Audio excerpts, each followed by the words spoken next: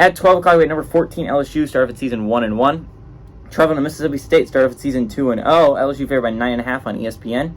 Jaden Daniels, through his first two games, has got 40-61, throwing for 615 yards, 6 touchdowns to 1 interception. Logan Diggs on the ground has had 15 carries for 115 and a touchdown. Brian Thomas Jr. has had 13 catches for 220 yards and 3 touchdowns. Will Rogers for Mississippi State has gone 33 of 46, thrown for 389 yards, 5 touchdowns, 0 interceptions.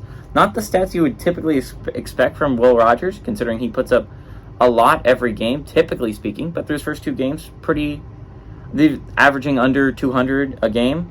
I mean, he's been winning football games, but it's just not what you expected out of an offense like Mississippi State's been the past couple of years. Joquavius Marks has had 43 catches for 250 yards and 3 touchdowns, and Lydiatric Griffin has had 9 catches for 116 yards and 2 touchdowns.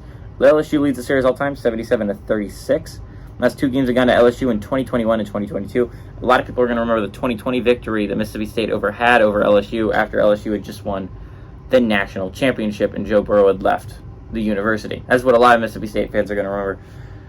LSU got their butts handed to them in week 1. They did. Florida State dominated them in almost every aspect of that football game in the second half. They were leading at halftime. They looked like the better team at halftime.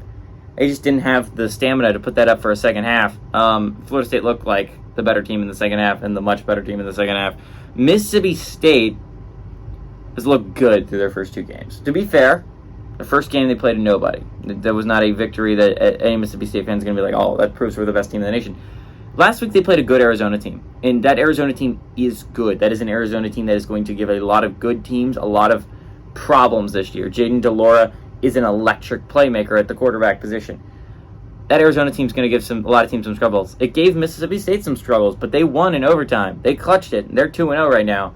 Chance to be 3-0, and this is an actual chance to make your presence known on the national stage, right? You're 2-0. A lot of teams are 2-0. Can you be 3-0 and get a win over a top 15 team in the nation? I think the Bulldogs can do it. I think this is a really good Bulldogs team. I'm high on the Bulldogs this year. Will Rogers is a really good college quarterback. And the SEC is not overflowing with really great college quarterbacks, right? You're like looking at the teams. Last year they had Alabama had Bryce Young, and Georgia had Stetson Bennett, and Florida had AR-15, and Tennessee had Hendon Hooker. It's not that way this year. Tennessee has Joe Milton, who's played fine through 2 games, if unspectacular. Carson Beck's looked fine for Georgia, if unspectacular. Jalen Milroe hasn't been the best for Alabama, and they're looking at a quarterback change there.